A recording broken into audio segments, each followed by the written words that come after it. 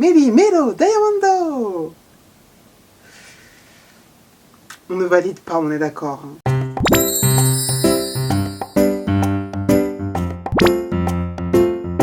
Coucou tout le monde, c'est Mélodie et bienvenue dans cette nouvelle vidéo. L'experte en romance est de retour. Tout le monde a déjà rêvé de se faire plaquer sauvagement contre un mur. Non, personne. Oh là là, on peut même plus rigoler.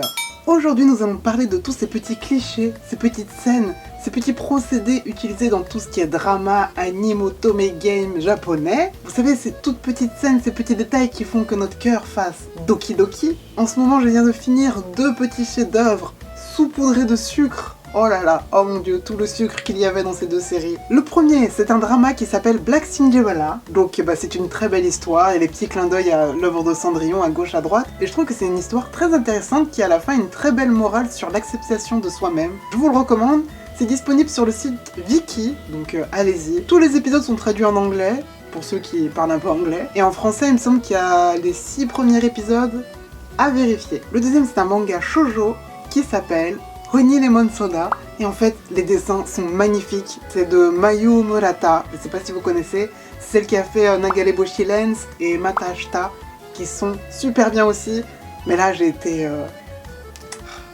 touchée en plein cœur par la beauté de ce dessin, et surtout des personnages et de l'histoire. Oh mon dieu, je vous recommande à 1000%, je n'en dis pas plus, je vous le recommande, mais le problème c'est qu'il n'est pas licencié en France, donc je sais qu'il y a des traductions de scan en anglais. Pour les plus chanceux et courageux d'entre vous qui arrivent à lire le japonais, je vous recommande l'application Mangami, parce que tous les épisodes ne sont pas traduits en anglais, du coup j'ai pu les lire en japonais et c'est très très bien. Et en plus, les 2 premiers chapitres sont gratuits sur l'application, c'est pas mal. Comme ça, si le prologue vous plaît pas, eh ben, on passe à autre chose.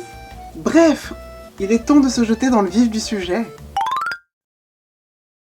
Le numéro 1, Ai Ai Gasa, ou le parapluie de l'amour. C'est la fin des cours pour notre héroïne, ou la fin de ses activités de club, du coup il est temps pour elle de rentrer à la maison. Sauf qu'une fois à la porte de l'école, elle se rend compte qu'elle a oublié son parapluie, et malheureusement pour elle, il pleut des cordes. C'est un torrent, une pluie torrentielle. Mais zut, que va-t-elle faire? Elle est donc condamnée à attendre sous le préau que la pluie se calme. Oh mon dieu, c'est terrible. Personnellement, j'aurais pas attendu, je serais partie en courant avec ma veste sous la tête et...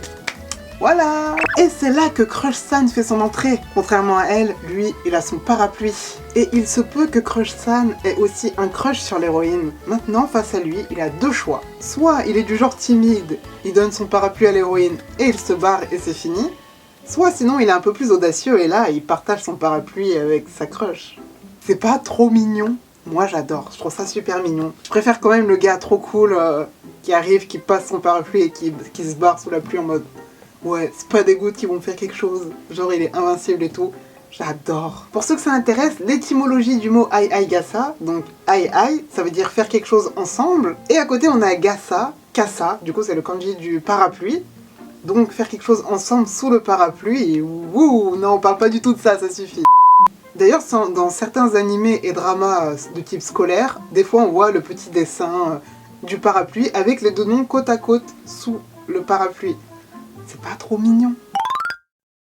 Atama Pon Pon! Vous avez compris? Je ne sais pas comment on peut traduire ça en français, mais je pense que vous l'aurez compris. Le Atama Pon Pon, il s'agit donc d'une petite tape affectueuse sur la tête comme ceci, comme un petit toutou, tendrement. Des fois c'est un peu plus espiègle et là, Crush-san il va vous décoiffer les cheveux et ça va vous énerver. Et ça rajoute du piment dans votre relation qui est tout juste naissante. Donc parfois ce sera pour encourager, parfois ce sera pour réconforter, ou sinon pour taquiner comme je vous l'ai dit juste avant. Le troisième et le plus audacieux je trouve c'est Agogui. Du coup en général c'est le garçon qui va s'approcher de l'héroïne et la prendre par le menton comme ceci, et lui relever la tête, et en général, ensuite, il y a un bisou. Mais je préfère quand il n'y a pas de bisou, c'est mieux. Je n'ai pas grand chose à rajouter dessus, voilà, on passe au suivant. Numéro 4, le plus mignon et le plus pur, Fuku o Tsukamu, tenir les vêtements. Donc là, expliqué comme ça, évidemment, ça ne vend pas du rêve, hein. Moi je peux me tenir comme ça par les vêtements, On trouvera pas du tout ça romantique. Alors, par exemple, quand on est petit et quand on veut de l'attention, qu'est-ce qu'on fait? On tire sur le vêtement comme ceci pour de la personne de qui on veut attirer l'attention. Je trouve que c'est un geste très innocent. Du coup là, c'est à peu près le même concept. L'héroïne va attraper le vêtement de Crush-san et tirer délicatement. Donc ça peut être alors soit dans le dos si le Crush-san est de dos, soit la manche. Et quand c'est la manche, c'est pour dire en gros, je suis trop timide pour te tenir la main, est-ce que tu veux tenir la main? Et en général, ce qui se passe, si Crush-san n'est pas stupide, il va prendre la main de l'héroïne et ils vont se tenir la main. Et quand l'héroïne attrape Crush-san, par exemple, par le dos de la veste ou de la chemise, voilà, en général, c'est soit pour lui dire de ralentir, soit pour lui dire de rester près d'elle parce qu'il y a un peu de foule autour d'eux. Et c'est trop mignon, c'est trop mignon, j'adore ce genre de moment, oh mon dieu. Et le cinquième, le plus connu, le tant attendu, le fameux, le kabedon. Le kabedon, on ne vous le présente plus, vous savez comment ça se passe. C'est Crush-san qui arrive, qui plaque sa main contre le mur. De cette façon, il bloque la fille contre le mur aussi, sans contact physique.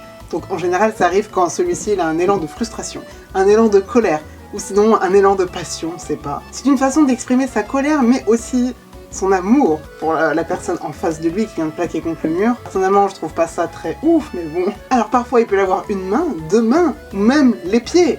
Mais plus on avance dans les dérivés, plus je trouve ça ridicule. Un simple kabedon est parfois la bonne solution. Du coup, disclaimer de fin de vidéo, tous ces gestes-là ne sont pas utilisés dans la vie de tous les jours pour draguer des filles dans la rue, bien sûr. Vous faites ça dans la vraie vie, vous allez vous prendre un pain, hein. Et surtout pour le kabedon. Mais par contre, dans les shoujo et les dramas et les films, etc. japonais, c'est des formules qui marchent plutôt pas mal sur moi. Je ne pourrais pas l'expliquer, mais voilà, je suis gênée, ça y est. Voilà, en général, il y a toute une atmosphère qui est construite, qui est mise en place autour de ce moment précis, quand ça se passe, et du coup, ben, bien sûr que ça fait battre notre cœur à 1000 à l'heure, bien sûr qu'on éprouve de la passion pour les personnages. Je dévore une quantité astronomique de romances à la japonaise, donc...